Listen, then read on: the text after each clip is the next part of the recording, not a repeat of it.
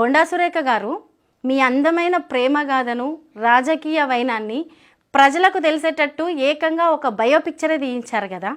అందులో నటించిన నటీనటులు కూడా సిగ్గుపడేలాగా ఉన్నాయి మీ మాటలు.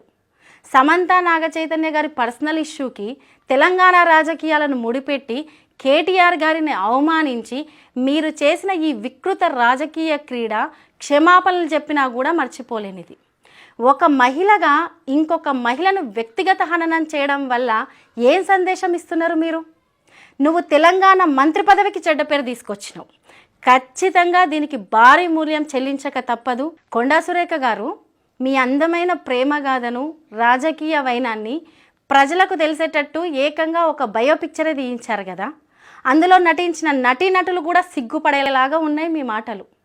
సమంత నాగచైతన్య గారి పర్సనల్ ఇష్యూకి తెలంగాణ రాజకీయాలను ముడిపెట్టి కేటీఆర్ గారిని అవమానించి మీరు చేసిన ఈ వికృత రాజకీయ క్రీడ క్షమాపణలు చెప్పినా కూడా మర్చిపోలేనిది.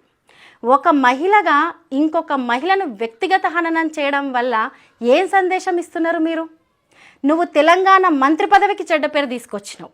ఖచ్చితంగా దీనికి భారీ మూల్యం చెల్లించక తప్పదు. జై తెలంగాణ.